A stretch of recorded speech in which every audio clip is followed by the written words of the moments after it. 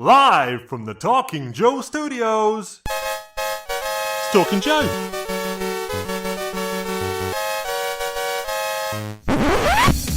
Talking Joe is on the air. Hey, it's me, Mark, and welcome to Talking Joe, the G.I Joe comics podcast. Now, today it's a special episode because we are talking to none other than artist Will Rosado. Will is a Brooklyn-based illustrator known to us for his work in comics, often with writer Chuck Dixon, including runs on the New Titans, Green Arrow, Avengers Earths Mightiest Heroes, Detective Comics, Incidental, The Silken Ghost, Nightwing, Robin, Bloodshot, and Puerto Rican heroine La Borquena. I might have said that wrong. But most importantly to us, he was an artist back in the Marvel era of G.I Joe, working on issues 141, 142, the Transformers crossover issues, 144, the Snake Eyes Untold Origin, 153, the Shadow of the Bat issue with guest writer Peter Quinones, a 17-issue run on G.I Joe IDW era in 2011, and 7 issues of G.I Joe special missions through issue 5 through 14, I believe, in 2014. So this is a guy who knows his Joe and has put in the hours. But I will not be talking to him alone. As normal, I will be joined by my co-host. It's a real American Tim. It's Tim Finn. Hello, Mark, listeners, viewers. Let's bring in Will. I will. Hey, how's it going, guys? Hello. Thanks for having me. And by the way, I didn't know I did that many issues of special missions. I was unaware of that. No, because I thought it was only the Zartan's arc. I think that was 3 issues, was it? Or maybe it was some on and some off and some yeah. on. Listeners, viewers, if you're thinking right now that Mark did not prepare for this episode, let me tell you, he did.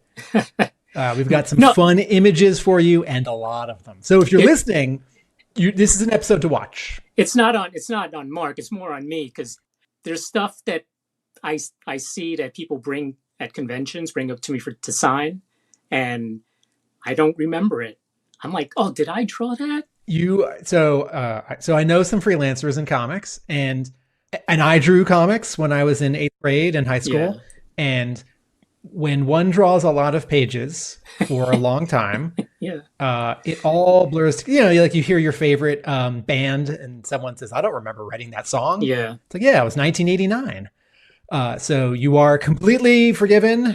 It's completely understandable. Yeah, no, it's mostly on me, I think. So you did do the Zartan arc.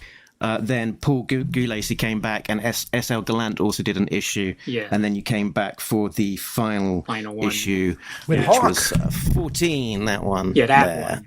Yeah. So yeah, I was oversimplifying, I think, seeing the run and filling your name in. Maybe you did some covers or something, and that made it look like the credits were more issues. But yeah, lots of issues and lots of work there for sure. Can I just jump to right now for a moment? Because when I see your name, I think G.I. Joe comics, and then because you and I have communicated before separately from Talking Joe, I think, right, storyboarding. Mm-hmm. So, Will, do you still consider yourself a comics artist? Do you do conventions? Do you take comics work? Are you much more of a storyboard artist? No. I always feel like I'm a tourist in that world. In TV and film and advertising? Yeah. I think because early in my life, 7, 8 years old, I picked up a comic, and that's what I've been. And I started drawing then for comics and sequential art, and it's what I'm always going to be.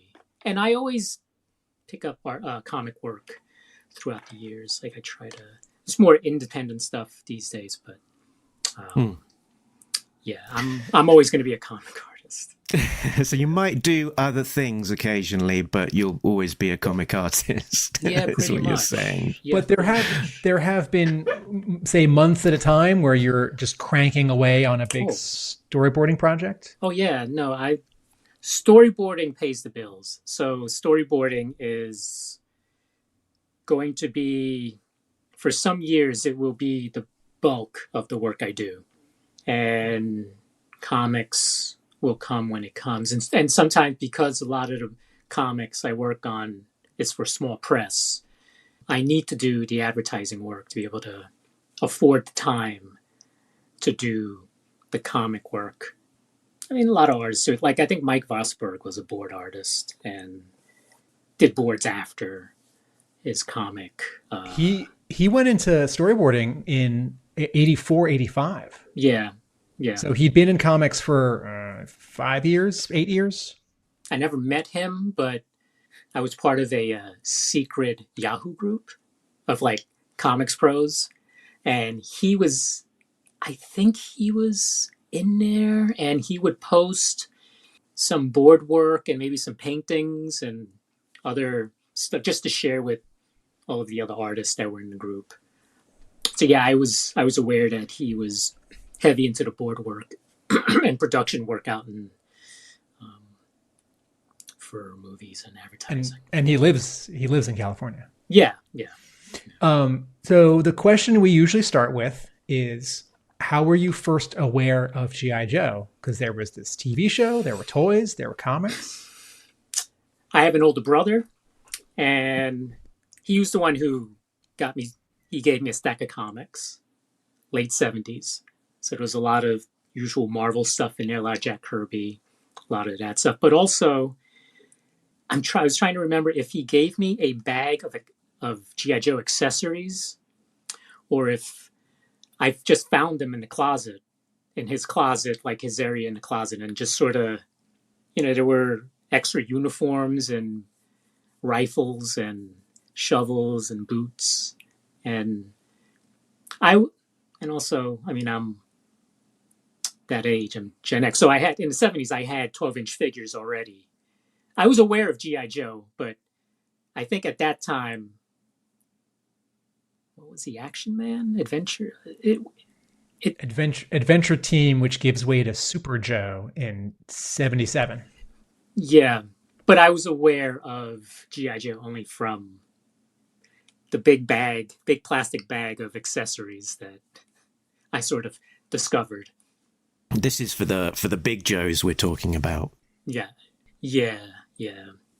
So when do you first meet a real American hero? So I want to say either 4th or 5th grade. I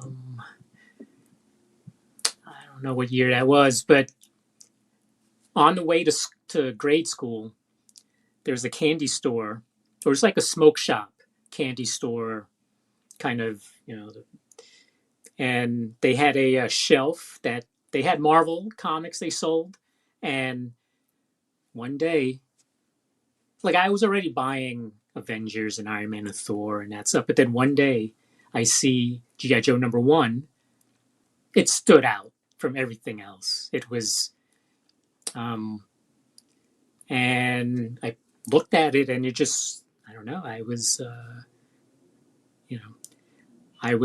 it captured my attention. It kind of had me at that moment. I bought it. I remember and I bought a bunch of other comics with it, like a Savage Sword of Conan and some other stuff. But I got to school early, and I was so taken by it that I showed the teacher. And she was very slick. She said, "Oh, you know what? Let me hold on to this, and I'll give it to you after class." So she did that. She said she didn't want to get it ruined, but I knew that, in retrospect, she just didn't want me looking at it in class. But that was the moment. That's that, what is the Michelangelo to God and David sort of, right. Touching the fingers and electricity and your Sistine Chapel moment. Yeah. Like, I still remember it was in the upper right of the shelf, and yeah, it immediately caught my attention. Is that the place where you bought comics? Were there other places you bought comics? No, there were. I mean, So it's not too far from where I am now. And at that time, I mean, I'm grade school, so I don't know, 10 maybe, 10 years old, 11. I'm not going into Manhattan to Forbidden Planet, which is in New York. That's the big comic seller. So all I had were newsstands and candy stores that would have just random comics to sell. But what you're saying is that there were several. On my walk to grade school, this was the only one. Okay. The school was 4 blocks away, so... You don't pass that much. Although in New Yeah. York, it's pretty dense. Well, at that time, I mean, I didn't have a very large range yet. Right. To explore or to... And New York in the 80s, I don't know if you've read Frank Miller's Daredevil, it was kind of like that. It's very seedy. Watch Taxi Driver, yeah. Yeah, Taxi Driver. You didn't want to venture too far from home base. Were you then immediately a regular G.I. Joe reader, or as much as you could be? So that store, like I was trying to recollect that they had issue 1. They might have had issue 2, but after that, I didn't see Joe at that store. They had limited space, and they only had Marvels. They didn't have DC. And so I think the next issue, I missed the whole October Guard stuff.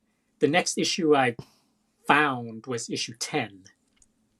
I think the covers with Snow Job on the Polar Battle Bear. 11? Or 11? Yeah. Is that 11? Mm-hmm. Okay, 11. So after 1, it was 11. And I had a friend in grade school who was also a fan of the book. And I think by that time, maybe the cartoon had come out, because there was a commercial for that issue. I think by this time we had a VCR, and I learned to program it, to set it up to record at the times I needed. And I would record it. I would set it up to record the cartoon block after school, and just to catch that commercial. Because I don't think the first series had come out. Yeah, the commercials for the comics came before the actual cartoons themselves, the full cartoon. The full cartoon starts in September 83, and by that point, the comic has been running for like 16, 17 issues. Yeah. So that issue, so that commercial, and then was there a commercial for issue 16? Night Attack, right? Like probably. I think it's like because it's the cover with Destro and Hawk, is it?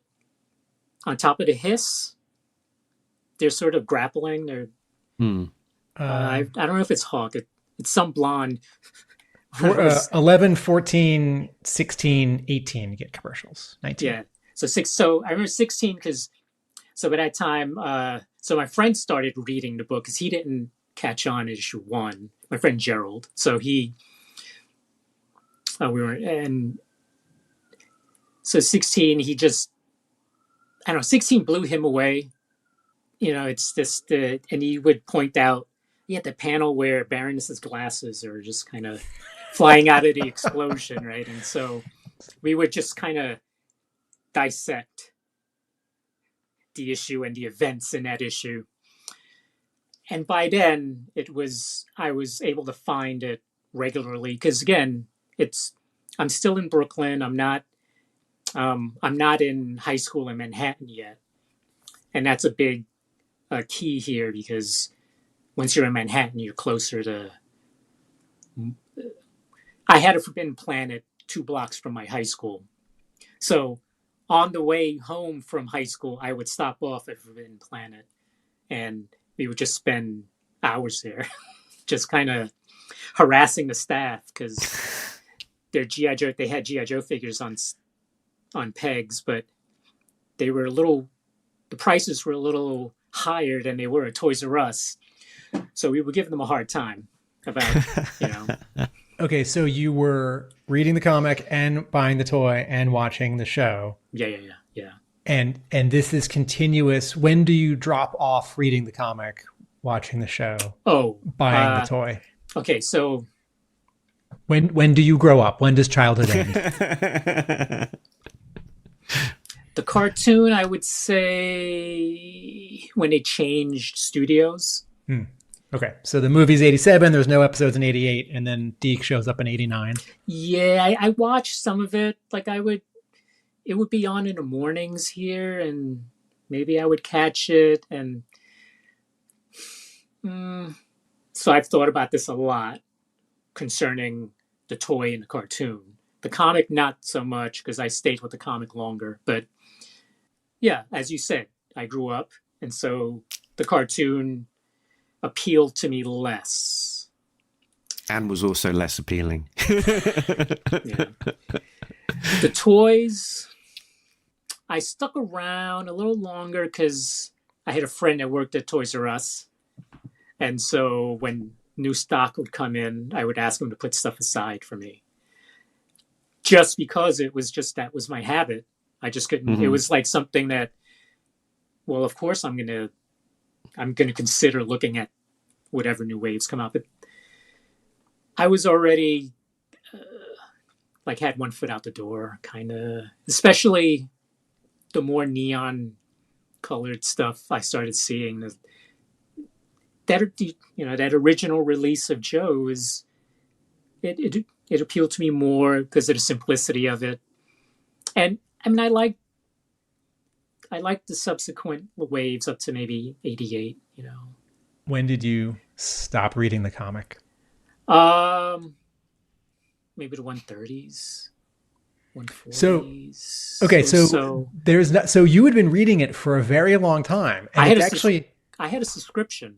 Okay, I had several ongoing subscriptions, and I would also still buy the book at the store because what would happen is we had a small mailbox, and I don't know if you ever had a subscription, but to Marvel or DC, they would just smash it up and put it in the mailbox. So if you're reading until about 130, you have been reading it for effectively 120, 130 issues. And then you are not reading it for like 10 issues. And then you are drawing it.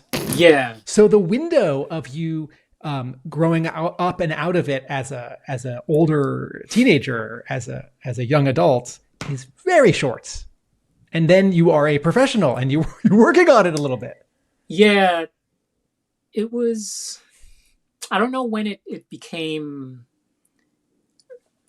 So when I started reading comics, just in general, it was Avengers, it was George Perez Avengers, it was John Byrne, it was, that sort of ignited the spark, ignited the flame of like, oh, and I would copy the covers and drawings, and it's sort of like, oh, this is nice. I like this. I'm enjoying the stories. I'm enjoying the drawing, copying the drawings. And then G.I. Joe comes along, and then it's like this different pull. It was something new. It didn't, at that time, it didn't exist before. The Avengers have been around. There's a lot of history, etc. So G.I. Joe is sort of, it was like, oh, this is like my book sort of thing. It was like, oh, this is and as you grow up, you hear sort of these things about like, oh, it's a licensed book. No one really likes working on licensed books, but I was like, why not?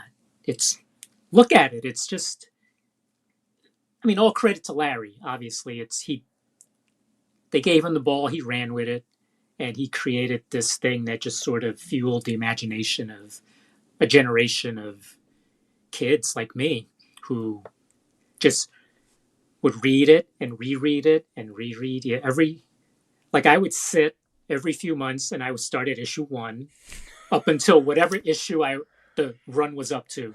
So if it's issue 50, I would read 1 to 50.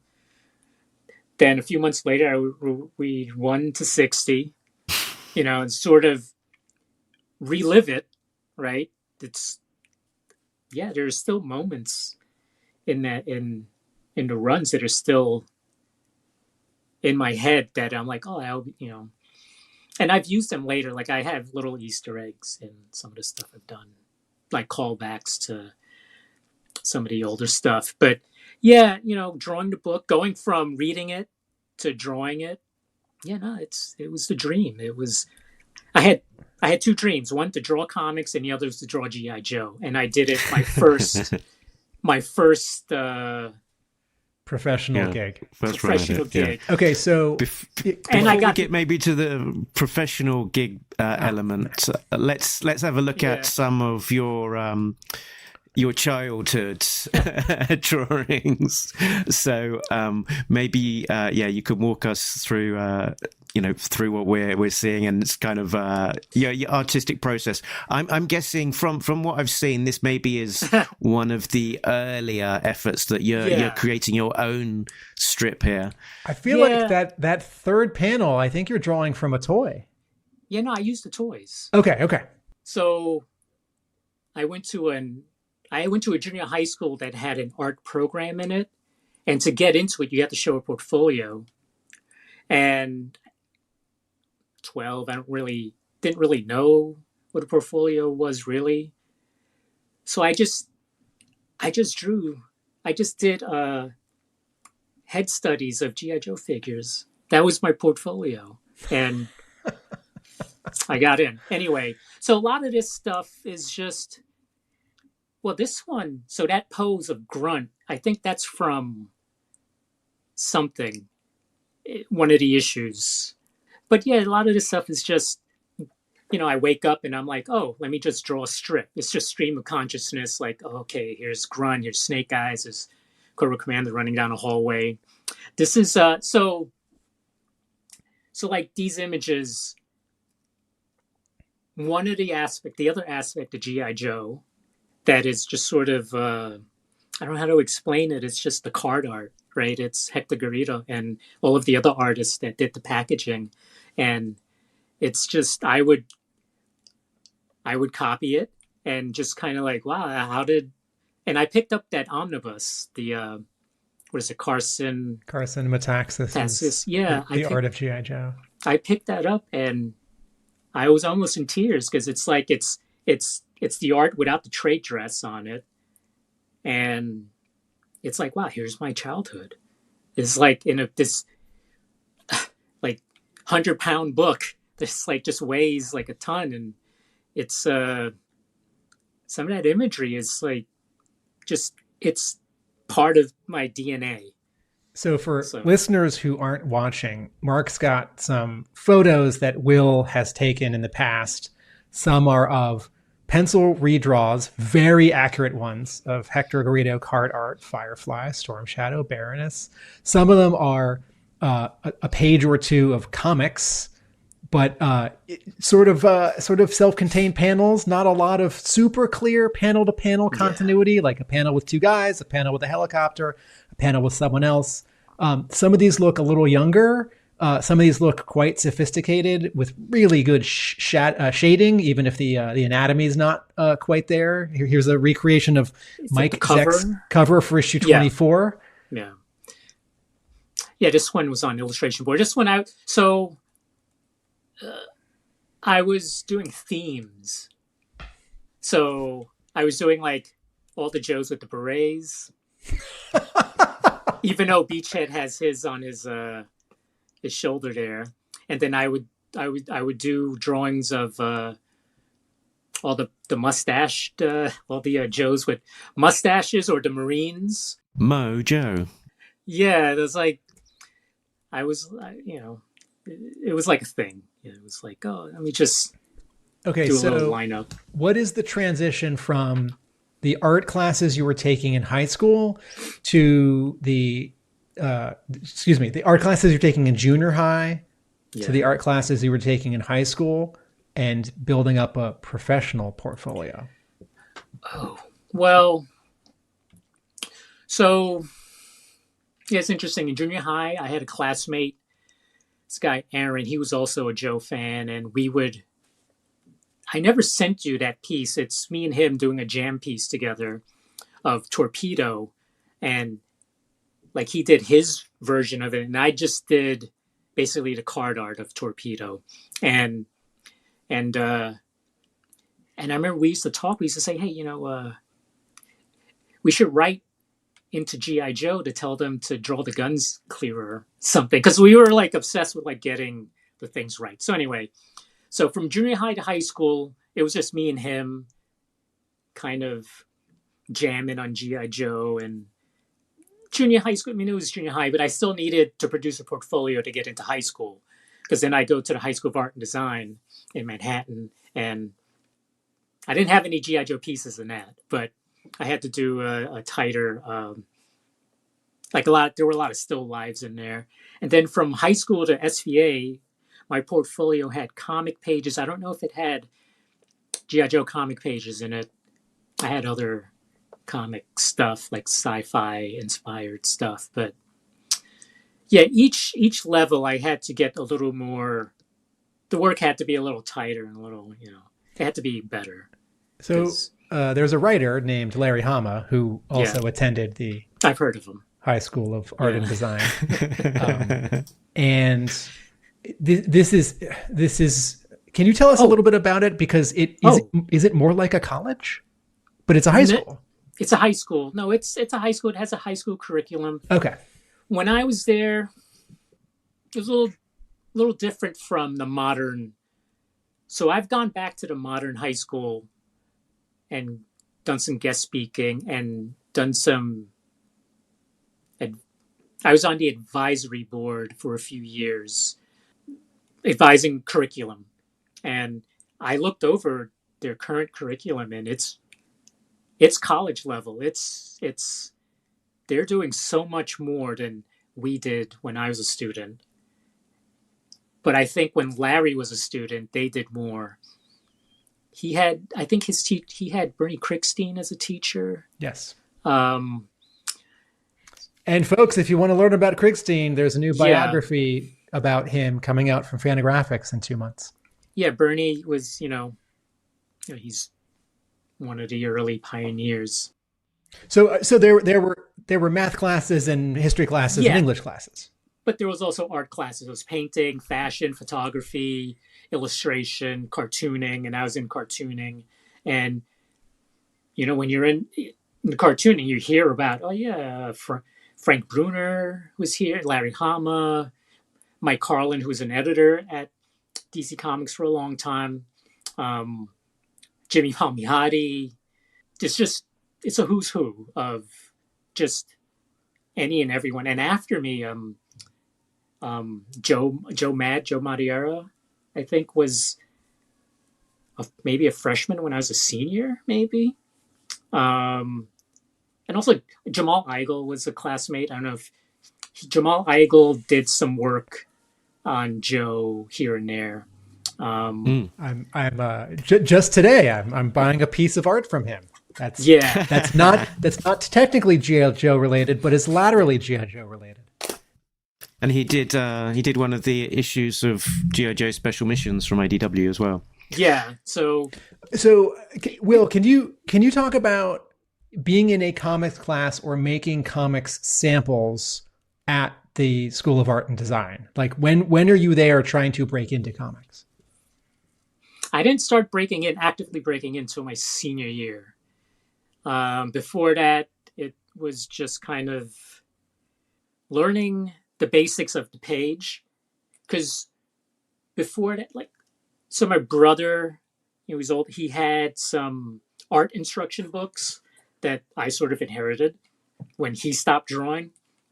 And I had a book on perspective and a book on drawing hands, faces. So I kind of had a handle on a lot of those basics on perspective and such. And so in class, it was mainly focusing on the technical aspects of a page, just knowing, learning the tools. First time I found out, no, was it the first time? No, first time I used a brush for inking and an actual pen nib and not markers, right? And using an Ames lettering guide and hand lettering pages.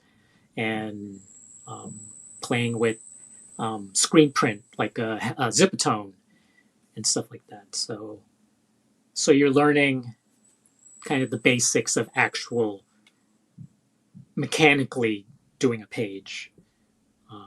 Mark, can you put up those sample pages that you thought were based on a script that we've seen? Well, you sent through a couple of pages. I think that this might be the earlier one, which is... Yeah, no, that was my first or second year at SVA. That is... So you're now in college. Yeah, this is Gene Colan's class. Gene, unfortunately, he was out the first semester with health issues, but we had him in second semester. So I started this the first semester. This was only about 4 or 5 pages. This was just one of the pages, or 2. I think I sent 2. Yeah. And it was just, this was classwork. This was, you sit in, it's like, oh, here, just, you sit down and teachers like the teacher who was subbing was like, oh yeah, just do work, just draw, draw a page, do a story. And so this was. So this is your story. You generated this plot. Yeah. I mean, there's not much there. It's just okay. So it was just Sneak Peek and Beachhead and Tunnel Rat talking and Zartan and Xandar and Nagahide show up. It's pretty crowded for just a couple pages. Yeah, it was just like, oh, who do I want to draw? Okay. That was basically it. And you said SVA, so I think that's School of Visual Arts? Yes, School of Visual Arts. That was... that's in Manhattan. So the difference, like I said, in junior high, I had one friend who was sort of my G.I. Joe buddy. In high school, I had several. There was sort of, we were all growing up with G.I. Joe, so they might not have been a fan like I was, but they were familiar. So I had friends, kind of hanging out, and we would go to Forbidden Planet. Then you get SVA, and everyone's fantastic. Everyone's amazing. And it's like, oh man, how this is tough. But it's like it's this friendly competition because they're all your friends, and you want to see each other kind of level up, right? So, but we had great teachers, and it was a great environment. I enjoyed it. Some of my friends didn't that much, but at SVA. Was there one comics class you took per year? Were you in SVA for 4 years? Yeah, I was an illustration major instead of a cartooning major because I looked at the courses they offered, and even though this is gonna sound I don't know, sacrilegious, but like I didn't want to take Will Eisner's class. I didn't want to. Okay, you have to bear with me. He draws a certain way and he tells a certain kind of story. No, it wasn't that. It was I grew up reading comics, and then I started dabbling in drawing them and just sort of wanting to draw them. I wanted a different education. If I was going to end up paying all that money to go to an art college, I wanted to learn something different. I didn't want to do more of the same. So I took illustration as a major, which was a mistake because at that time illustration was still in the it didn't change yet. It started changing in the late 90s, early 2000s, where they started to, a lot of comic style artists started to do illustration work. So you started to see a lot more line work and sort of inked illustration on the cover of the New Yorker and less painting. Less painting, basically. So illustration was painting heavy back when I was in school, and I didn't really paint much.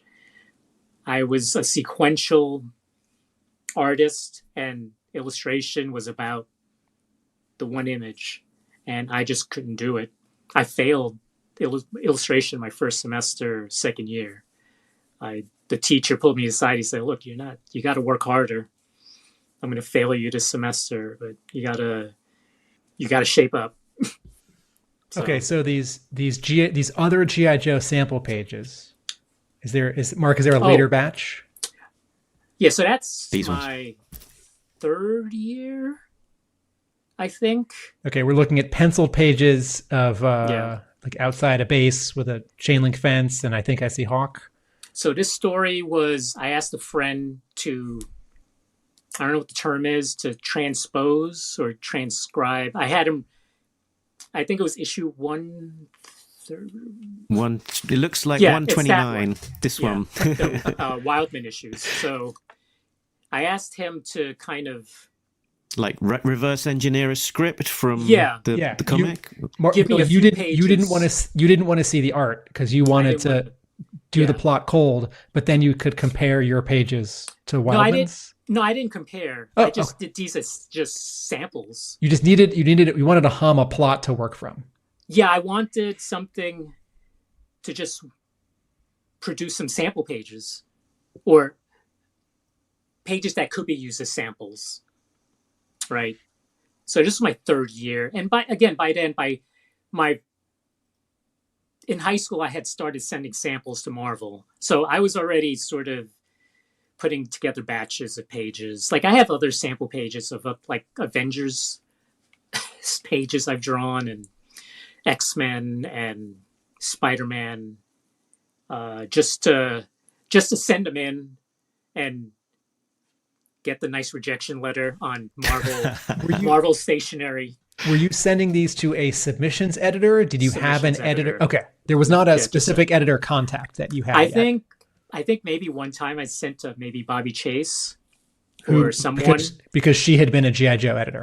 Yeah. But was no longer by this point. Yeah, no longer. But I was just looking through, just saying, oh yeah, I remember Bobby Chase. I remember, oh yeah, this editor, that editor. So I would just kind of, but there was a submissions office or like an address to send to. But yeah, so this page was different. This wasn't a part of. I'm wondering, did I redraw this from? This looks like it's from the same issue. Is it? Okay. Yeah. It looks like it's this one. We're seeing Big Ben, Roadblock, Rock and Roll, and the Badger. Yeah. So this was just an exercise. It was. Yeah, I guess you can say this was like an exercise, maybe, but just asking a friend to help me out, just to give me something to draw. So you were quite regularly submitting in submissions, and quite regularly, by the sounds of it, getting rejection letters. Yeah. Were there useful bits of feedback? Was it disheartening, or did you just feel like no, need to keep going?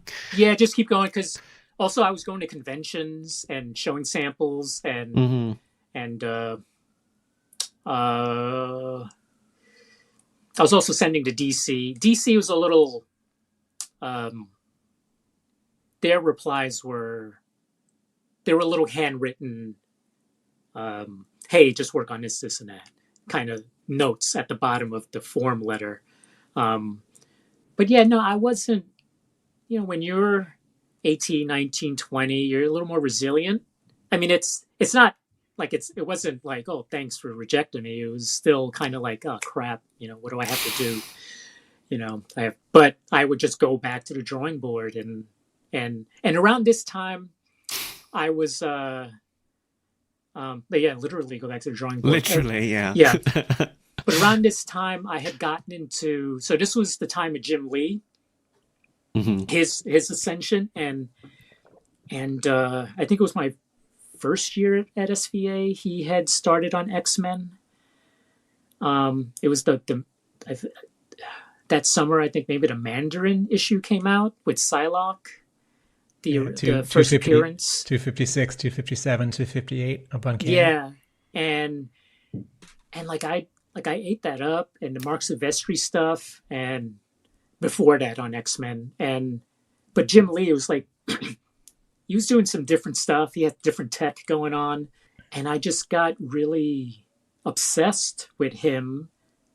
And I don't know how I did this without the internet back then, but I tracked down all of his previous work. I had no idea he was on Punisher, War Journal, and Alpha Flight. So I tracked all that stuff down. So I was having sort of a crisis of confidence and just, I'm like, what do I have to, like, telling myself, just keep working. It'll eventually, things will work out. So I would look at the old Jim Lee stuff before X-Men, and I would see, oh, yeah, he was kind of ordinary on Alpha Flight. You could see glimpses. And then Punisher, he was like, oh, okay, he leveled up. And he's learning from Carl Potts, who's doing layouts for the first couple issues. Funny story with Carl. Fast forward a bit, and we'll go back. But when I left comics at the end of the decade of the 90s, I ended up working at a .com for a few years. And one day, the suits come up to me and they say, hey, do you know who Carl Potts is? I'm like, I know of him, but I never met him. He's like, oh, well, he's interviewing for a job here as a creative director. And I'm like, oh, he was in charge of a lot of important stuff at Marvel and, and this and that. And then they hired him. And this, when I met Carl and we just started chatting about, I would ask him questions about his time at Marvel and before Marvel. And yeah, he would talk about sort of that group that he helped. He helped them, Portasio and Lee and Scott Williams. And he gets, I think people know now, but there was a period where just no one knew. And was he also helping Larson? Because Larson took over Punisher after Portasio.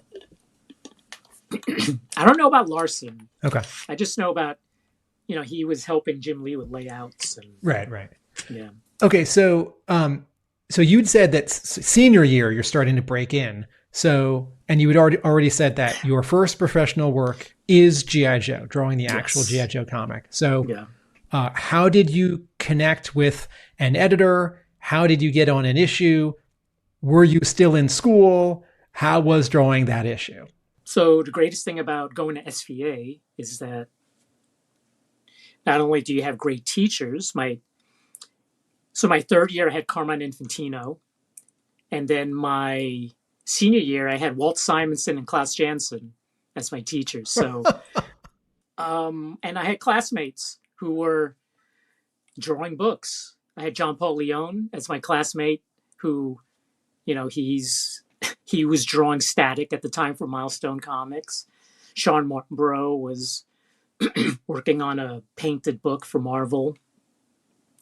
Chris Batista, who preceded me on the Joe book, he was a classmate and friend, and it so happened that he was offered a book at DC, the book Steel, as a regular artist. He knew, it wasn't a secret that I was a Joe head, and he knew that was the book I wanted to draw. So he called me on a Friday and was like, hey, I set up a meeting for you with David Wall. And he's like, yeah, it's for Monday.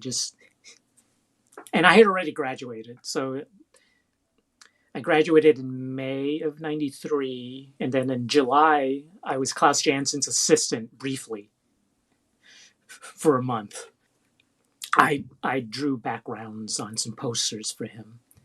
And I think if the Joe gig had not come up, maybe I would have still been assisting him for maybe the rest of that year or until I got a gig. But anyway, so Chris calls me on a Friday.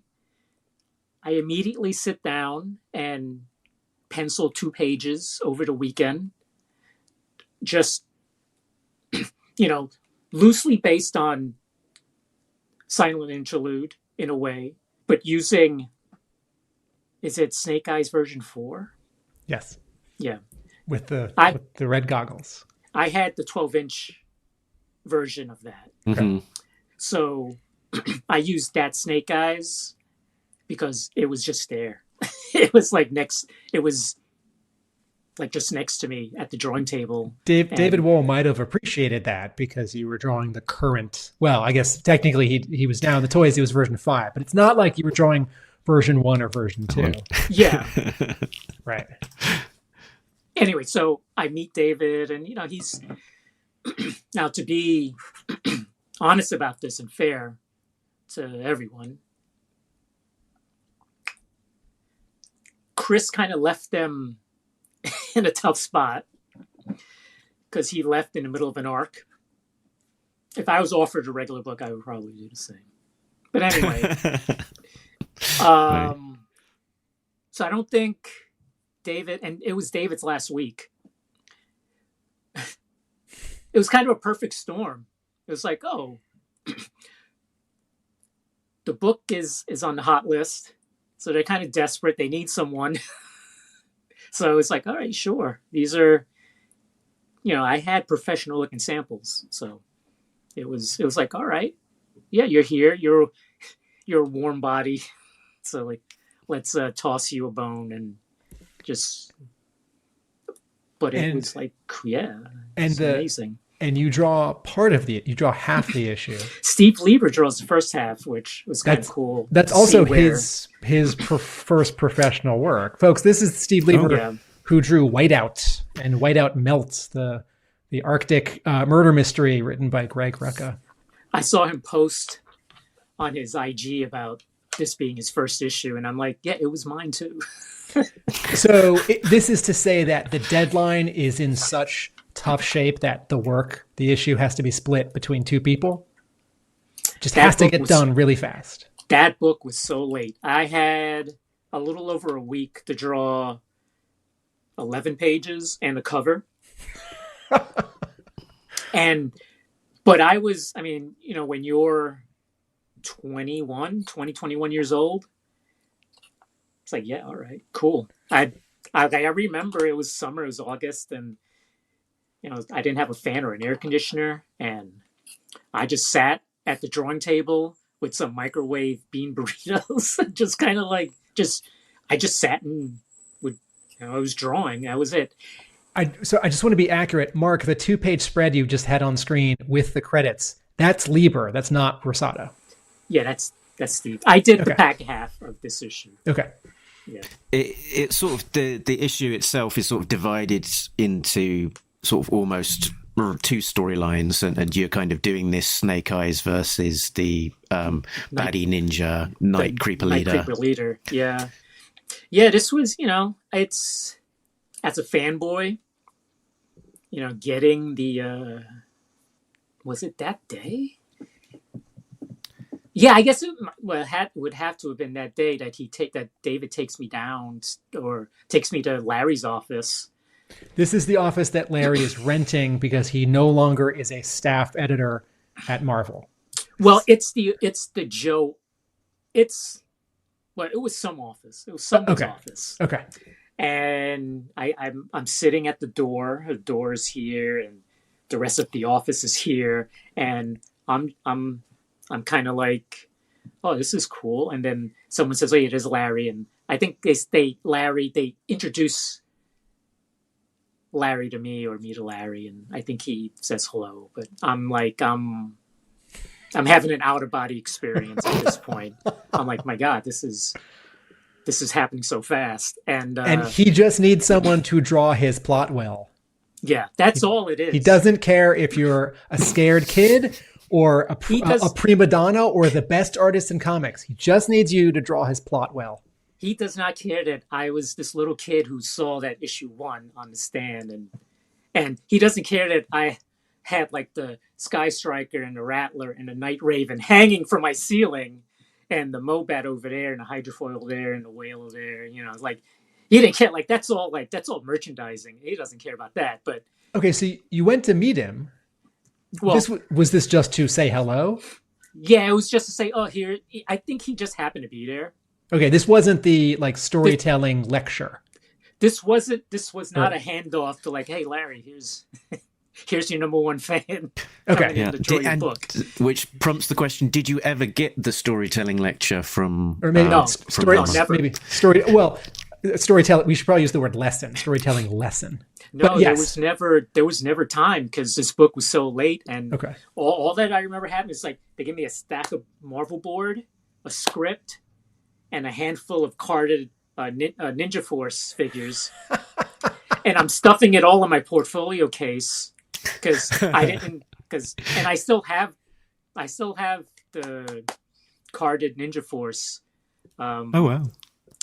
Do you still have this cover 141? We're looking at the original. Yeah, that's the original. You have not sold it. No. I have all my original. Is this a little bit water damaged on the bottom? Yeah, a little bit. Okay. Also, the Sharpie on the bottom. I wish they never. Folks, don't use Sharpie. Sharpie is not archival. I have some pages that were inked by an older artist who used Sharpies, and they're all ruined. They're all purple now, but they fuzz out. Yeah, they bleed. So, yeah, this was I was very fortunate. I got to draw a cover, got to do some interiors on that first issue, and then some of the next issue. That issue was even worse. So, and also I have to say that I was also a Transformers fan. So it was kind of cool, kind of knocking, two birds, one stone here with the story. So the next issue, I had even less time to draw. I think it's 13 pages or 12 pages and a cover. It was maybe 7 days, 8 days. This book was so late. But when you're young, you can do 2 pages a day. We've heard stories. You can, and my rate, my page rate, my original page rate was $65 a page. And wow. And the second issue I did, they considered it breakdowns. So it was $55 a page. Oh man. Did they tell you that going in, or did you turn in pencils that weren't super tight? They told me that after. So what's interesting, the inker was also a classmate, Chip Wallace, and Charles. And the thing that bothers me the most about this issue is the cover. They could have asked me to ink it, but I think they had the assistant editor ink it. I don't know why. Or they had someone else ink it. It's like you could have just asked, like I drew it, I could ink it. Did you really have time though, sir? So I don't know. Okay, so you make it through this issue, and then you don't do 143, and you do 144. And 144, you do the full issue. Yeah. And so what's this timeline? Like, you'd mentioned that editor David Wohl had gone. It was his last week. So Mike Lackey was the editor who took over, and so he's the editor for the final year of G.I. Joe, folks. And so how did you get along with him? And why? This is a bigger question. Why did you not become the regular artist on G.I. Joe? Yeah, I know. I had that question for 20 years after. So trying to put this as neutral as possible. So looking back, they did not give me, I was served a bad hand here. Like a lot of other young artists that started in business, you don't get to pick the job you start out on. You start out on what they give you. And if they give you something like those first 2 issues where you have a week to draw 10, 15 pages and a cover or something, you're not going to do your best work. And I was new, so I didn't know the secrets yet. I didn't know shortcuts. I didn't know where I could cut corners and such. So, that the first issue, I think I did okay. The second issue was like, it was so all over the place, and after I handed that issue in, the editor was like, "Hey, he started showing me work from I assume Phil's work, the next art, Phil Gosier, and he started saying things like, see how he draws this, see how he draws that, see how he draws women." At that time, comics was very much about the lowest common denominator, male gaze, TNA. Everything had to look like the Catwoman book or something, or Jim Ballant or some pinup art. Why weren't you drawing Scarlet in more sexy poses? Did they not read her file card? She's an intelligence officer. She's not a Playboy bunny. These are professional operators. These are. I'm very strict about, like, if there's a story where she's undercover somewhere, then maybe. But no, these were real characters to me. They're, and even drawing her in that dumb green leotard, that was it's horrible. Yeah. Okay. Yeah, some of those later toy designs are really, like, out there. But Okay, but issue 144 is great. Like, as a reader at the time, it felt like a really important course correction, a little bit of a return to form. Great one-issue story, no alien robots, more of the mythology, these, upsetting flashbacks, more info on something that we'd learned, characters in sort of their earliest costumes or non-costume costumes, and like really, really crisp art after a couple of rough issues. Yeah, it was fun. So there's a few pages at the end that were, what's the word? Not doctored. They were redone by the Marvel Bullpen. Huh. I think I have the originals of those last few pages, and they're sort of like reworked. It's like a montage page. You mean like they like did stats of your art and shrank and enlarged panels and moved stuff around? Is this because your art didn't allow for enough room for dialogue? I think so. And I think also just the change in order of something. Oh. But I don't have Xeroxes of the pencils, so I have nothing to, and I wish I still had the script of this issue, because obviously I didn't realize it, because so at that time, I'm young, I'm not going to change things in a script, but obviously there's Cobra Vipers, and at a time early in the GI back when Snake Eyes gets disfigured. So, and I know that people. Well, this has bothered me since the day this comic came out. I know people are upset by that, but I swear it's in the script. These shouldn't be Vipers. They shouldn't be 86 Vipers, because this story is set before issue 1. There should be 82 Cobra soldiers in blue uniforms. Okay, great. We said it. Yeah. But I want to say, this is actually, this page, this is one of my Easter egg homages. Issue 24, where the Joes are playing cards. Of IDW? No, the Russ Heath issue 24. Okay. Where they're playing cards. They have CC, they captured him, and you got Gung Ho and who else? Around the table, like they're dealing. So this was my sort of version of that, except they all have cards everywhere, because they're all cheats and liars. Okay, so you have now finished this third issue but hold on. But also in terms of the sequencing of this, you did one half of 141, half of 142. There's then an inventory issue for 143, which is that Dark Island or whatever with the Scarlet, which is not a great issue, but I think it was probably created all the way back and has been sort of held back for a long time. And then this one again by you. So presumably they must have given you this gig and it just took a little bit longer to do, and they had to put in an inventory, or no, this was to give Phil time.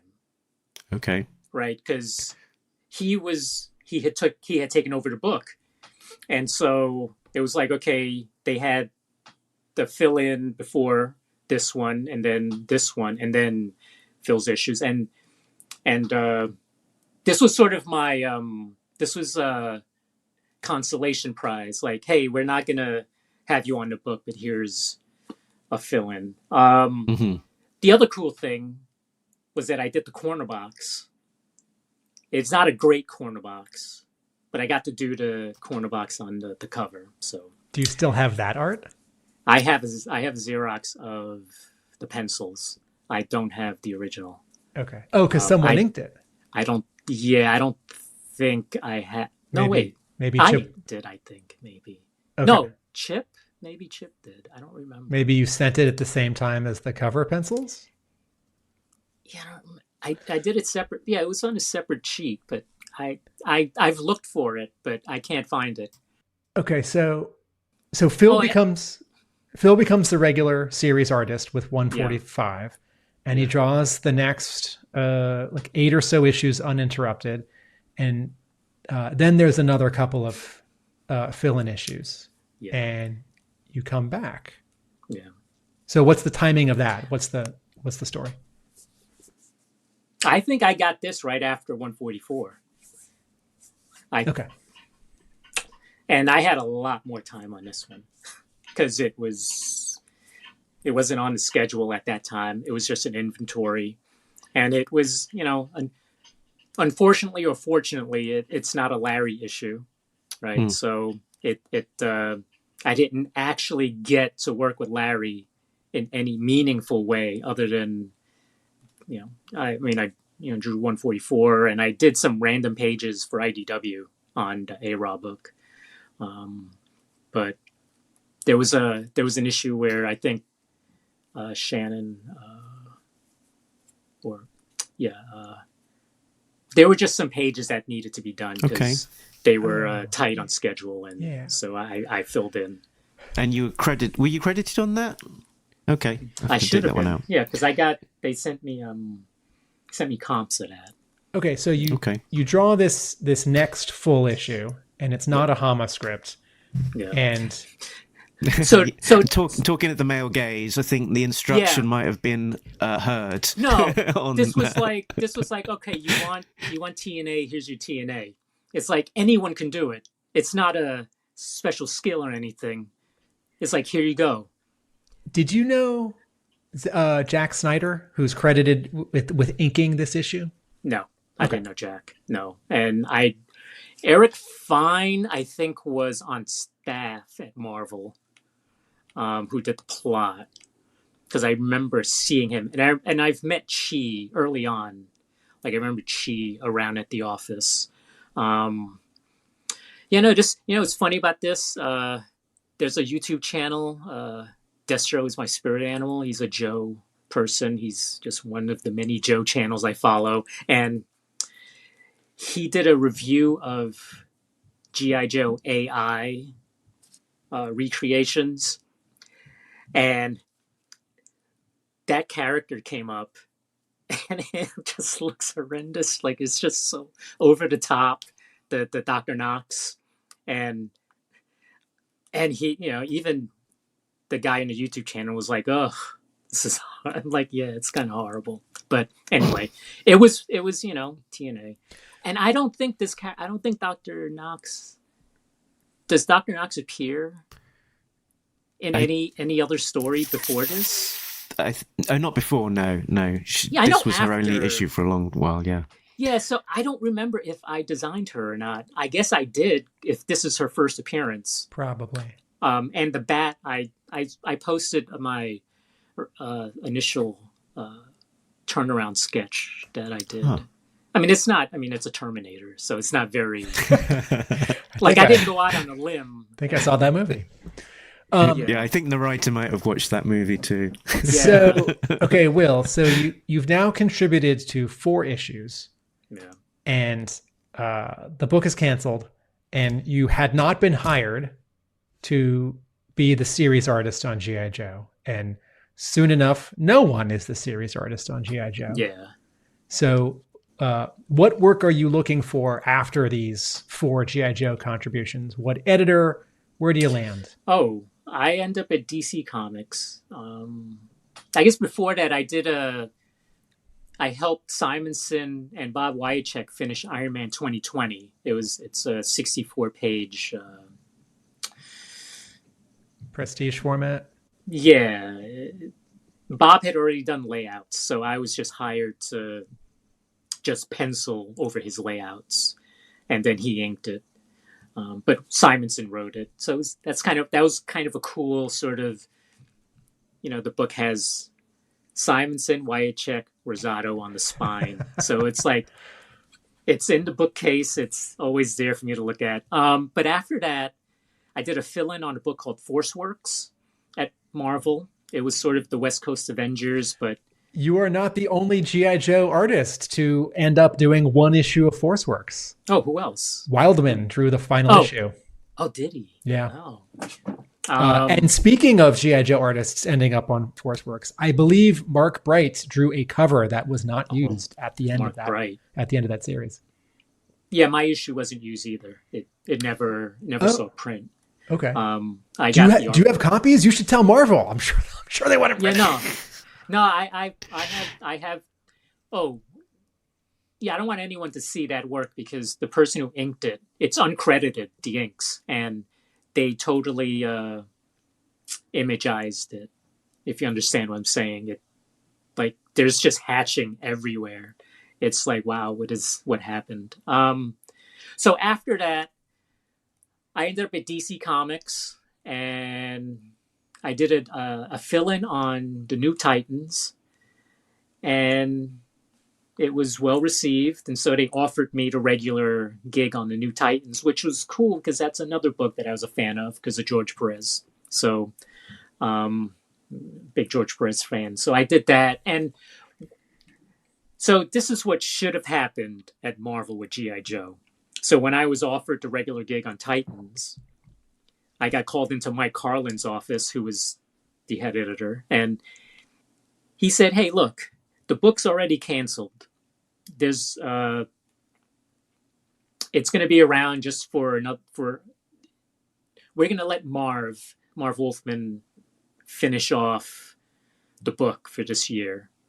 So there's going to be another 10 or so issues. Just take the opportunity, just learn, just, have fun, blah, blah, blah, yada, yada." And that's what I wish had happened on the Joe book. But then also looking back at what Phil had to draw, I think it was the Star Brigade stuff. And I'm like, yeah, I don't know. I don't know if I would have wanted to draw Star Brigade. And for that comparison, G.I. Joe had not been canceled when you were on it when Phil was offered it. That came a little bit later. So this isn't a perfect comparison, but otherwise it's a very good comparison. But because Joe was at that point was low sales already, and they had shorter print runs, and like where else are you going to have a young artist kind of cut their teeth? But on a book where, just anyway. Your issue now 154, now one of the most valuable of the issues. Well, let me tell you, I've got like a pile of 20 or so of them. I still have my comps, so they're everywhere. So I want to ask a question. First, I want to say I like your Avengers Earths Mightiest Heroes with Joe Casey. That was fun. And Mark, I want to ask a question that jumps us ahead to IDW. But before I do, Mark, do you have any other questions for Marvel, Time, or Between? No, it's just interesting. I was going to make the observation that sort of from this conversation, I'd assume that there was a much bigger gap between the first issue that you did for Marvel and the last issue of G.I Joe that you did, because the style looks so different between them, and I think it just goes to show that had you had a bit more time and the luxury of the time, then those issues might have looked a little bit different, and possibly you might have got the gig. Well, but, a combination of time and just experience. mm-hmm. Like when you're starting out, you just don't know what you don't know. Like you don't know, you can just kind of not have to draw every little detail. You can just kind of, anyway. I have always thought that there was a cosmic justice in you coming back to the brand and drawing G.I. Joe. Some good stories. Your art had completely blossomed. And it wasn't the writer that I had in mind, but it was great stories and a good era for G.I. Joe. And it wasn't like one issue, it was a bunch of issues. Yeah. So here's my sort of broader question. Can you compare and contrast for us drawing G.I. Joe for Marvel from a Larry Hama plot and drawing for IDW from a Chuck Dixon script? So it's interesting. Chuck he loves Larry. He's a fan of Larry Hama, I believe. And I had worked with Chuck previously on many things. At DC. At DC and at CrossGen. He wrote Silken Ghost. And very economical writer style. Way he writes out action, it's very succinct and clear. Not overly descriptive. He's just where he needs to be descriptive, he is. But it's like, he has, I guess if he's worked with a writer or an artist before, then he's going to, trust that the artist knows what they're doing. And again, we had, a year on Green Arrow and various issues of Detective and Nightwing and Birds of Prey and Cross. So, there's a lot of, he didn't have to hold my hand. And again, and with Larry, I only had those few Larry scripts. I didn't really have a lot of experience, so I can't really compare. Although I probably still have that the little fill-in stuff I did on that the IDW ARAH issue With Shannon Gallant. Yeah, but yeah. So Chuck, it's just is there a broader comparison then to make? How does it feel drawing G.I. Joe 15 years later? Oh, when you have more experience and the pressure is different, and by then you were drawing digitally. Yeah, I was drawing digitally. So it's interesting. When I was the first time around, I'm still stuck in the toy G.I. Joe, right? It's still drawing on model, making sure every strap and everything is in the right place, right? Because if it's not, you're going to hear about it. They're going to make sure, the fandom's going to make sure, hey, that, it's wrong. Got older, had different ideas about how. Also, a lot of the look was already pre-established on that book before I got on. It was already kind of. There were some characters that were not on model, so that gave me.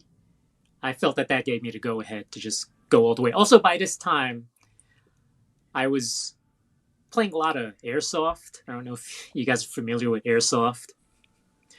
And collected a few pieces of gear. I was also, by this time, shooting real steel. So those were things that were missing from when I was 20 years old. Like my only frames of reference were the comic, the cartoon, and the toys. Now I'm, shooting real steel at a range and sort of feeling, so this is what like a shooting an AR is like, or this is what shooting at a bolt action is like. I also met some military people, so I could pick their brain about things. Yeah, totally different. I mean, it was, for me personally, it was great to draw this book and sort of close the chapter. It was 20 years of me stewing about not getting a chance when I was a kid. And finally, here I am. I'm drawing the book, but there's no pressure like drawing the ARAH book. It's drawing a book that, not a lot of people probably cared about, really. It's like, it's that other stuff. It's the other continuity that doesn't fit into ARAH. So I could kind of do whatever I wanted.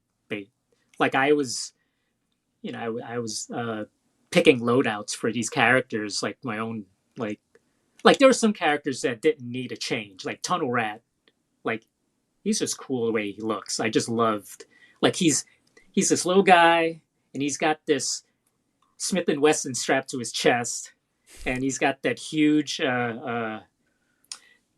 semi-auto or whatever, the gun he carries, and it's like, yeah, that's a look. That's that's a cool look. And I also liked, so the characters, they're designed with these different options on them, so I wanted to use them. So I had him pull out the revolver in that scene, because if it's on his chest, he's got to use it. It's a secondary. So yeah, I had evolved in my thinking of these characters and just sort of how I wanted them to look and act and walk, and like Tripwire has the I gave him like a Scar heavy with the EGLM under it, the little grenade launcher thing, and Beachhead was basically the same.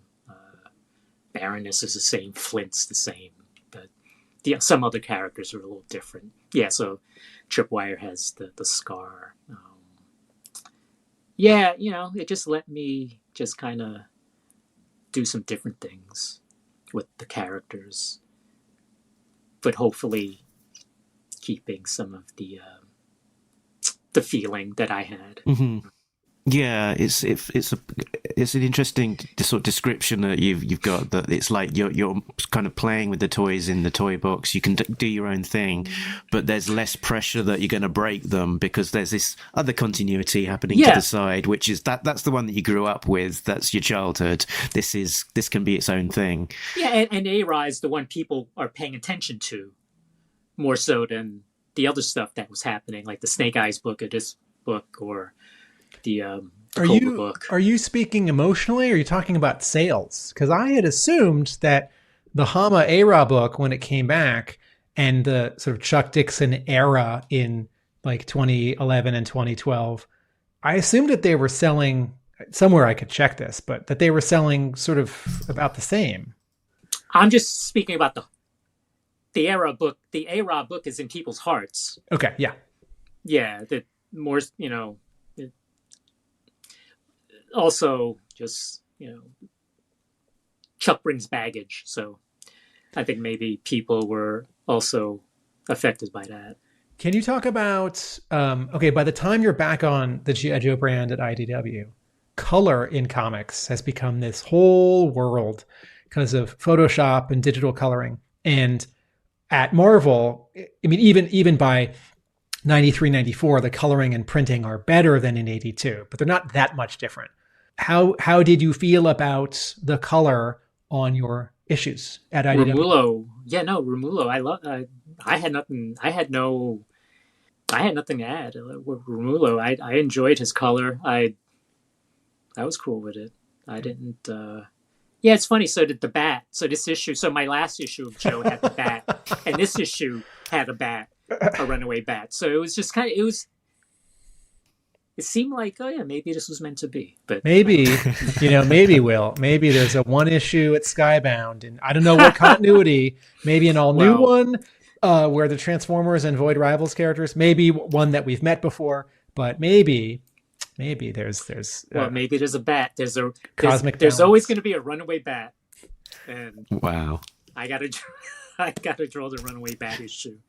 But the Skybound books are great. Tom Riley and that stuff looks amazing.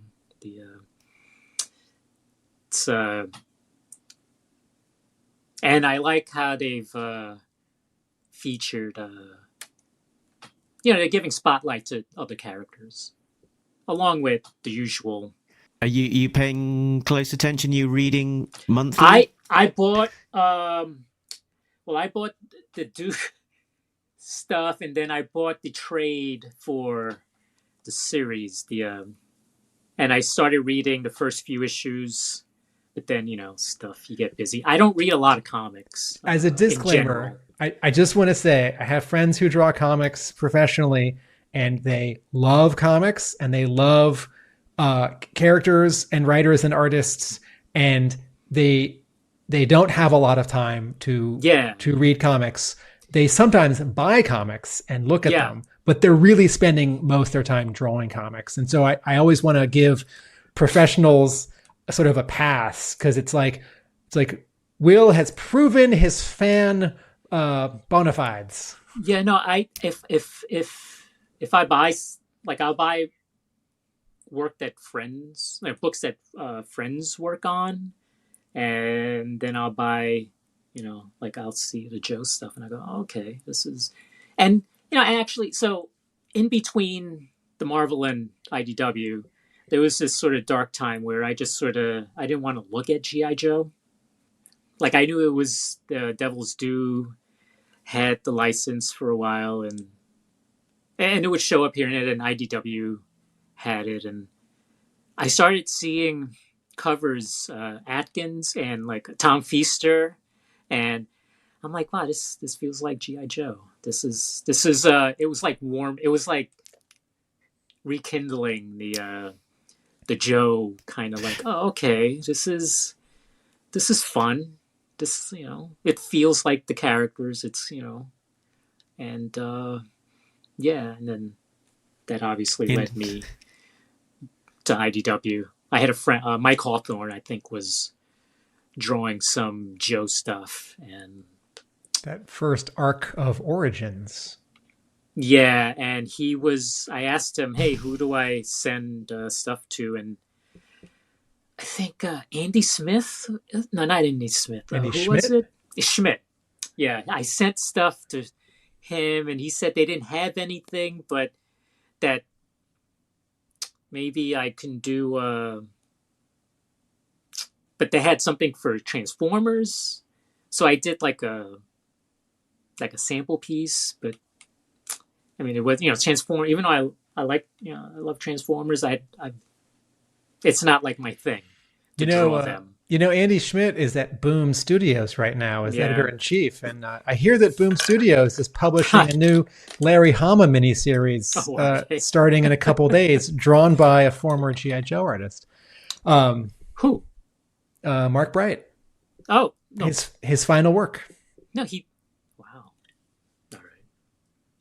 I Is know it completed? Is yes. it complete? Yeah, Yes. Mark completed it. Okay. Yes, it's. Where's my card? I'm the editor. Oh. I put it together with Larry and Mark. All right. And a guy who was coloring at IDW who's great, Josh Burcham. Okay. He colored a bunch of Transformers, and then at the end he drew some Transformers. Huh. So, Mark, I was going to ask Will a storyboarding question, not to leave comics behind, but just for some variety. But while we've got this image from the end of Will's IDW time on screen, did you have any other IDW G.I. Joe questions, Mark? The thought did occur to me as Will was saying that, is that he could have, if in a different universe, he could have reached out to Devil's Due and been on another publisher, but yeah, I never did. I don't know why, but I don't know not to be over dramatic, but it was still a thing. Like it was still it still stung. A little bit of still a bit of tenderness to that wound, but you had unfinished business, which I guess is what you sort of led you to seek out G.I. Joe again at IDW, because it feels like you wanted to work on it rather than necessarily, that they actively sought you out for that particular job. Yeah, no, I think I emailed Chuck. I was like, hey. Yeah, you knew the guy. Yeah. Yeah, I'm like, hey, what's going on with the book? And they're like, hey, you're hired. It was basically kind of like, okay, you want to start tomorrow kind of thing. So they threw me in on that arc. So presumably, your page rate at Marvel was terrible in 1993, and was much better 20 years later at IDW. Definitely. I mean, it's still a indie, small press publisher. Even though it's a licensed book, it's not. It wasn't. I was doing it out of love. There aren't residuals.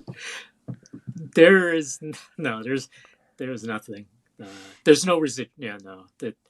It was all for love and closure. Mm-hmm. And speaking of, being the ultimate fan here, all for love. This is your car, right? yeah, that's my Jeep. So it has the side, and it's called. I named it Pit Viper. Folks, if you're listening, you're looking at a photo of a Jeep. It's sort of a dark orange brown. The color code is Copperhead.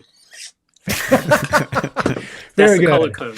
And the spare tire mounted on the back, the sort of tire cover for it is like a black nylon with a giant red cobra symbol on it. And then Mark's got a second photo of near the door where there's another cobra symbol. There's a black cobra symbol on the metallic paint job of the car. The other option, Jeep. Yeah, the other option is if I would have gotten a white Jeep, I would have named it Storm Shadow. But you put the Copperhead. You put the letters on yourself, or you had someone do that? Yeah, no, I did that. Yeah. Okay. Yes, I hear you took a bunch of art and design classes in high school. Yeah. Were you constantly getting people going, "Hey, I know that symbol. I know what that thing is." Unfortunately, no. Wow. There's a gap in It's only our generation. There's some of these younger, some of the younger folks don't know G.I. Joe. With Skybound, I think there's a hope that there's a little bit of a resurgence happening. It'll never be like 1982. The crazy thing is Transformers was still relevant for a lot of the younger generation. Well, it keeps having cartoons and movies. Yeah. And G.I. Joe keeps having no cartoons and bad movies. Will, I saw one of them with Larry. Go on. The one with The Rock? Oh man, was it the one with The Rock? No, it was the second one. That's the one with The Rock. That's the one with The Rock? Yeah, dude. It was G.I. Joe Rise of Cobra was the first one, then it was Retaliation was the second one with The Rock. 2016, 17, 18 or whatever. That's the Snake Eye. Was it the one that Larry's in? Maybe. Is Larry walking down an alley in the rain at night? No, he was a military advisor. Okay, Rise of Cobra. No, maybe. One. The first movie, he is a 4-star general, but you can't see him. They cut the shot. Yeah, I think so. It was Larry and other artists, Carrie Randolph and who has a tattoo? Who has a G.I. Joe tattoo? He has the on his forearm. And Christopher Irving, who's a comic historian, and some other people. We brought chocolate donuts and grape soda to Larry's house in the morning. how did you? Okay, so is this to say that you'd had some contact with Larry since 1993 when you did that final issue? No, every time I would see Larry at shows, I would choke up. Or I would not choke up, I would freeze up. I would turn into, you know that bit on SNL with Chris Farley and Paul McCartney? That's me. When I would see Larry at a show, I'd be like, I would say hello, and then I would just lose. I wouldn't know what to say after. Okay, so it's 2009. How is it that you see this movie with him? Whose idea is it? No, it was later than that. But yeah, it was. No, that movie is 2009. Oh, then it's the second one then. Or okay. It was with Christopher Irving. He was like, hey, because I guess he's very friendly with Larry. And he's a G.I. Joe expert. He set it up. Okay. Well, he's just a comic historian, but I met him just randomly at a New York Comic Con. He heard my name and he's like, "Oh, Green Arrow." So yeah, we end up at Larry's place with Jamal Igle. Jamal Igle is there, and yeah, we have breakfast and then we go to watch the movie. And it's pretty cool. If this name is familiar, Mark, Christopher Irving edited the Larry Hama Conversations book of interviews that you and I have talked about. That might be behind you. Okay, so Will, let me. That one. Will, let me ask you a question separate from comics. How did you get into storyboarding? And tell us about one really interesting storyboarding job you've had. So there was this company called CrossGen Comics. I was drawing a book for them. They were in Florida, but you didn't have to relocate? I did not have to move to Florida. Because this was at the end when people didn't have to move to Florida? This should have clued me in, but early on, it was fine. Like, it was cool. Jackson Geis, or Butch Geis, and Bart Sears and Andy Smith were like the editors, and I was working with them, and they were, it was cool. It's like, oh wow, Butch Geis, this is, he passed away recently, but he's an amazing artist, amazing, and same with Bart Sears and Andy. But and I'm drawing this cool sort of like Chinese, like a Chinese ghost story, fantasy story set in sort of an ancient China. I don't know, but they were paying on time until they weren't, and then they went bankrupt, or they just owed me a lot of money and owed a lot of people a lot of money, and then everything exploded in this online thing where I thought I was the only one experiencing sort of the lack of money from this company. And I saw a blog post about it, and I commented on the blog post, and that comment got picked up by Newsarama, which was the comic news site, and then the owner of CrossGen threatened me or said I was trying to blackmail him. I don't know. It was a mess at the end, but they went out of business and I had no money. So I had sent out samples to a rep agency that they rep storyboard artists, and they took me on, and I started getting storyboard work. For TV? For commercials? Commercials. Live action commercials. Yeah, at that time, it was still live action. There's been a big change. I mean, I've been doing storyboards for about 20 years, and I have seen it change so much since the early days. I mean, the early days, I was drawing on paper. I was like old style markers. You're drawing like someone walking upstairs and holding a bottle of beer, and then they're like inside, and then they sit down. No, exactly. Like one of my first jobs was a beer commercial. Okay.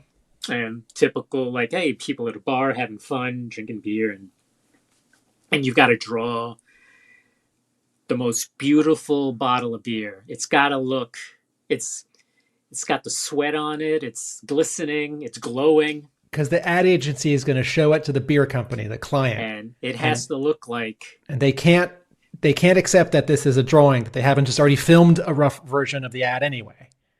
It just had... So I started then, and I guess one job...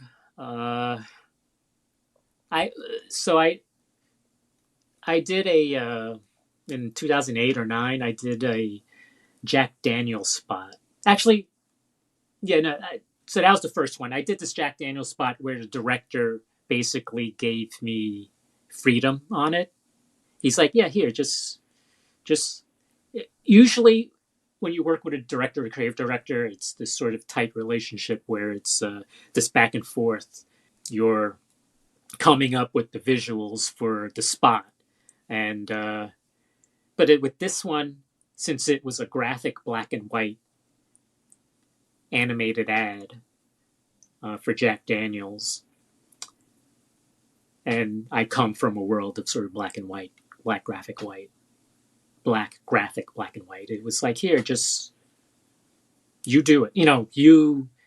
I didn't direct it, but I boarded it all out, and basically what I boarded is what you see, especially because the final was done in just black and white. So that was like the first time where it's like, oh, okay, I can have a little bit of freedom here. So the thing about comics, at least old comics, is like there's a lot of freedom, especially before the internet really took over. Because like with that first G.I Joe job, it's unbelievable when I think about it. They gave me a script and paper. I go home, I draw it, and then I bring it in. There's no back and forth with the editor with layouts or anything. Today, with an email, I send layouts in to the editor and everyone has their input, even before I go to a final. But in the old days, the amount of trust the editor has in the artist is incredible, because they just give you a script and maybe they see you in a month. Or maybe they sit there waiting, like, oh, and when pages come in, that's it. There's not a lot of, well, redraw these 10 pages. It's like, oh, okay, this is the story that the artist drew. And with the advertising stuff, I mean, there's only so much freedom because you still have to please the client. But there are some jobs where it's like they let your voice kind of shine through. There was another job. It was a pitch for a Star Wars Gillette razor tie-in. And I was drawing Star Wars stormtroopers and like this battle. And I'm like, oh, this is like, that was as close to drawing comic as I have ever gotten in advertising storyboards. And it was cool. We didn't win the pitch, but I was like, oh, I posted them on my site, I think, but they were like, it was pretty cool. Did that ever get made? Did you see that commercial as depicted by other people at a different agency? Yeah. What happens a lot of times is they'll have a lot of agencies pitch, and then they'll take all those ideas and send it to another agency. So I've seen that a few times where stuff that I've put in a pitch, we lose a pitch, but then I see that those ideas end up somewhere else. It's like, it happens. Storyboarding is a weird business. It's like comics, you do it for the love because there's no money in it. Storyboarding, you do it for the money because no one loves it that much to do it for free. Fortunately, I like the people I work with in advertising. Like they're like me. They're just kind of, they want to do a good job and just be able to pay their bills. Are you working steadily? Do you have dry spells? Oh, yeah. Last year I had a huge dry spell. Okay. Last year, I don't know if it was a combination of the changing political climate or the emergence of AI, but a lot of friends had trouble last year. In all parts of the business, storyboarding or even like creative director friends of mine had big slowdowns. Yeah, last year was a tough year. And it's ironic because during COVID, I was as busy as I had ever been storyboarding. And once we got out of COVID, it just slowed down. And yeah, it's still a little slow, but it's picked up a little bit. Yeah, I mean, the AI discussion is a whole different podcast we don't quite have time for today. Yeah. But yeah, we're living in very quickly evolving times for the artist community, and in that space. We're sort of running towards the end of our time here, but I'll finish with one of the questions that we sometimes start with, which is about the space that you're in. So you're in Brooklyn, and over your shoulder, there's a bunch of stuff. Is that I see glue, like aerosols, like spray paint or glues, or I build model making. Yeah, I build models too. So. Like Gundam and like military subjects, so like tanks and like World War II. And is there some art behind you? Not quite high up, but just scumbling paint. Things that you've painted. Yeah. Okay, not things that you've collected. I actually have. So I got Fred. The battle armored Cobra Commander, classified. Cool. Fred CC and. Do you have a lot of classified figures? I've dabbled in the classified only because it's. I'm trying to restrain myself the characters I've drawn. Okay. And not. I mean, there's a lot of stuff that I'm just not interested in, but it has to be characters I've drawn or the original lineup. Okay. Plus shooter. But, I will phrase this as a statement rather than a question, because I can maybe guess the answer, or it's not entirely fair as a question. But Will, if Skybound was interested, it sure would be great if you could somehow draw something G.I. Joe for Skybound. There's a statement, but I know that schedules and networking and all that are complex. Yeah. No, if it happens, it happens. How about this? That I did Skybound this past year did a month of wordless issues, silent issues, and they were sort of artist driven. It was like writer artists were drawing them, and they're doing it again in April with Cobra. Maybe there's a third wave coming next year. Maybe there's a Will Rosado written and drawn Runaway Bat comic. It could be the what is it? What is it? Triptych or the the end of the trilogy. The trilogy, the trilogy run of Runaway Bats, or I could little pack rats, or some snakes. Or something, or some of the other battle armors. No, but if like it would be great to be asked, But if IDW didn't happen, maybe it would be a different feeling. But because I was able to get closure, like you're not desperate for it. Yeah, well, that's a strong word. It's a strong word, but you're okay. You're okay. Hey, look, I would love to. Let's just say that. Okay. But yeah, it like when I drew that last issue. So that last issue, the one with Low Light, Carlos asked me. He said, "Hey, so this is going to be the last issue. What do you want?" Sorry, Carlos, Guzman, editor. Yeah. Okay. Yeah, I think Carlos, right? Yeah. Yeah. he's like, what do you want? Who do you want to draw? And I gave him a list. I want to draw I want to like Zap, Grand Slam, Flash, Short Fuse, especially Zap, because Zap was like the New York, Puerto Rican, like I wanted to draw that character. They weren't all available, but Lowlight was available, and I wanted to draw Lowlight. I liked his foul card, and I'm like, yeah, I want to do something with him. And so they gave me Lowlight and the team. I think it was Clutch and Roadblock and Scarlet's in that issue, and not Dalto. Who else? I forget who else. Maybe Dalto. So anyway, I tell Chuck, hey Chuck, just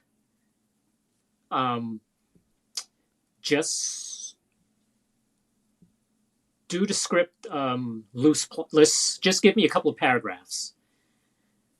So he writes the first scene out page by page. I think it's 2 pages, 3 pages. And then the rest of it is basically a paragraph from him saying, hey, this happens, this happens, this happens. So I lay out the rest of that issue. And I had befriended this guy during Airsoft. He was a former Marine sniper. So I was picking his brain about like, what kind of loadout would you have? What did you use out in the field, right, etc. So I didn't really use anything he gave me, but he just sort of gave me some insight into how he did his job. And so yeah, anyway, so it's a little that and a little having Chuck let me do just the storytelling for my final issue. And then the last panel is just Scarlet looking back at me as she's running into the woods. And it was like, that was it. So once I drew that, I was like, that was good. But if Skybound is like, hey, who else from G.I. Joe Marvel past can we get? Because I think has Wildman done, like, I think all of Rod Wingham has also done. Has he done a cover or so? He's done a cover and like 1 or 2 some guys trading cards and Wildman has done a cover, at least one cover.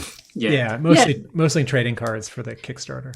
Yeah, if they want to bring some of us the old guys in, but Oh, by the way, did you interview Wildman or Rod Wingham, right? Mm-hmm. And Wildman and Vosberg. Yeah, like it's funny. I think I had mentioned this in an email to you, but just that I had my influences, like the usual suspects of comic influences, like John Buscema, George Perez, et cetera, like Jim Lee. But like I came to this realization a few years ago that the real sort of present influences were Hector Garrido and like Rod Wingham and Ron Wagner and like all the Joe artists who I read every issue, but I like the early Rod issues were amazing. Like that was just some fantastic work, and he was on model, and the action was well paced, and storytelling was really clear, and which was something that I made sure that at least the stories I told were also very clear, and just kind of.